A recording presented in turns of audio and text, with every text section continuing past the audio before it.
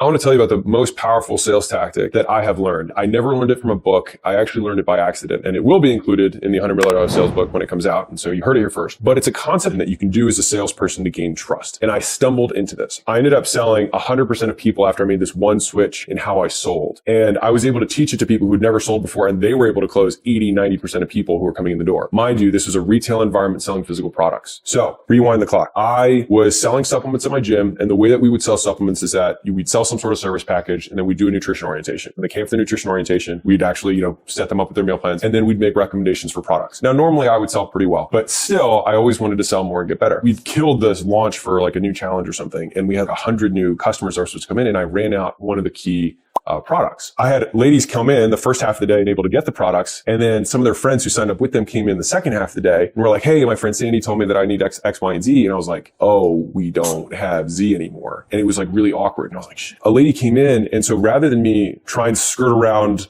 this clear item that was on the list that I didn't have, I said, hey, by the way, you can get this one for cheaper down the street at Costco. So like, you don't need to get this one from me. Like, this one's a little better, but I think it'll get the job done. You can get this one after you've done the program. And they were like, oh, thanks. Like, that was cool. After I made that one cross out, I was like, but you do want this and this from us. And they're like, okay, cool. As soon as I made that switch from saying, hey, you don't need to buy this one, you can get that from over there, everyone bought what I recommended afterwards. And I was like, whoa. And so then I leaned into that and was like, I wonder if I could do more of that so I could sell even more on the backside. So then I had 2 products that I was like, hey, you can get this and this over here. Get this brand. It should be at this price. You can go get it. It'll save you 10 or 20 bucks. And they were like, wow, even better. And then I remember I looked at my list and there was, a lady there and it was like a mass gainer, and she obviously wasn't trying to gain mass. And so I was like, you're not trying to gain mass, are you? And she's like, no. I was like, you can just cross that out. Go ahead. You don't need to worry about that. And so I gave her a recommendation of 2 things that she could get for cheaper. And then I said, you don't need to worry about this. And then when I said, hey, like, I need you to take 2 of these in the morning next to this, take 3 of these, take them next to this, put this in your car so you always have it with you. I closed everyone. What that gave birth to was something that I used to call sacrificial lambs, but now call ghost products because it sounds better. But I ended up over time not even carrying the products that I had on there that I was recommending out, because they were so powerful as a sales tool for me to gain trust from the other person. This is an incredibly, incredibly powerful tactic. And like all persuasion, the difference between manipulation and help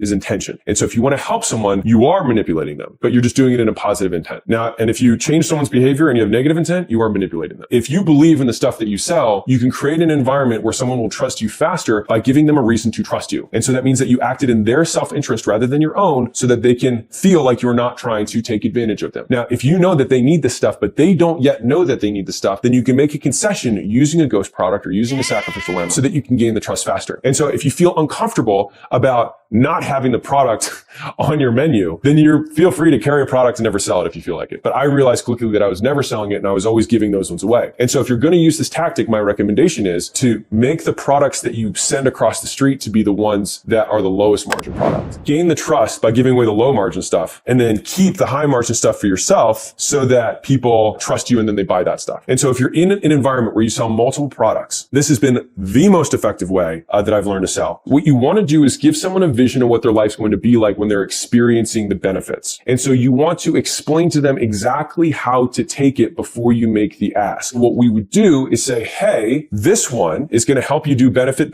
The way that I need you to take it, is that you're going to take 2 of these in the morning. Then I ask a question. And I'm like, what do you do every day no matter what in the morning? Do you wake up and smoke a cigarette? Do you drink a cup of coffee? Do you take a shower? Like, brush your teeth? Like, what's something you do every morning? And then they say, well, I brush my teeth every morning. I'm like, cool. So I don't want you to put this in your cupboard because you'll forget about it. I want you to put it next to your toothbrush so we don't have to make a new habit. They're like, oh. And what I want you to do, piece of tape, put a 2 on it. I want you to take 2 of them. We're going to put an extra toothbrush. Got it? That's number 1. I would go through that with each of the products that I have. And I would say, okay, you can have all these. You're good to go. Did you just want to use the cards you have on file? Now they don't have to take their wallet out. They don't have to make another purchase decision. They just have to say yes. It's a one-click upsell. That is a combination of a prescriptive close and having ghost products to set up trust. You're also being a good coach by showing them how they're going to make this happen in the real world. Now, this is obviously a consumption-based product. Any product that you want someone to use, they have to use it at a certain point. And so we want to figure out ways to associate associate the usage of the product with something they're already doing. Getting someone to make a new habit is incredibly difficult. Getting someone to break a habit is incredibly difficult. And so we just want to piggyback on habits they already have. And so that makes you both a better salesperson and better coach, like overall, if you're trying to help someone. And so that kind of selling process, that set, close, gain the trust, make the prescription, works unbelievably well. And then if for some reason the person's like, well, how much does this cost? Blah, blah, blah, blah, blah. Then you can say, well, are you on a budget? And if they're like, I'm on a budget, that's like, okay, then would you like me to order these in order of importance and the things that I think you absolutely need to have versus things that'll just get you more benefits faster? What I would then do is take off one and say, this would be the lowest one I'd remove. Does this work for you? And if they're like, I can't do that, I'd be like, we're really getting into the bare bones here. I'd be like, I could take this one out, but like, this is what I want you to add to your diet to replace this thing. You don't want to show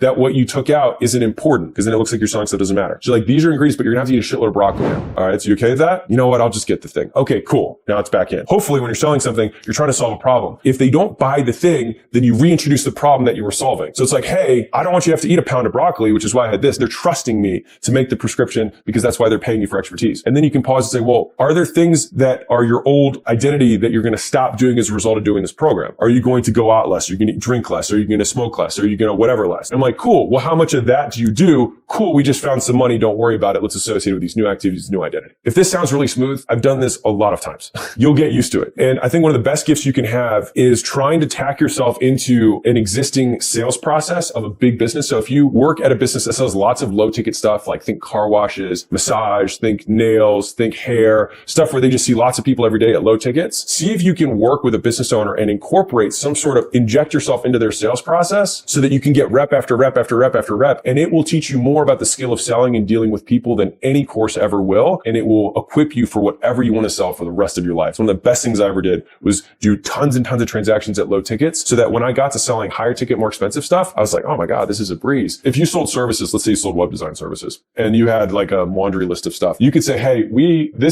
can do this, but it's not necessarily our core capability. And it would probably cost you more if we did it because we'd have to allocate more resources. So there's guys in the Philippines that will do it for you. I've got a connection I can talk to you to about after this call. And if you really want to be sneaky about it, if you're the owner, it's harder. If you're a salesperson, owners tell your salespeople this, you can have it seem like they're leaning on their side of the table to be like, hey man, like you don't need to worry about this. Like just, I'll hook you up with a number of a guy. And then the salesperson becomes incredibly trusted. It becomes like they're on that side of the table. But what the person doesn't know is that they're trying to sell the other stuff. At the end of the day, the goal as a salesperson is to move to their side of the table. If you start the conversation across the table, the goal is to end shoulder to shoulder so that you're both looking at the decision together with the same information to make the best decision for the person. And so if you can walk yourself around the table psychologically, this is one of the fastest ways to do it.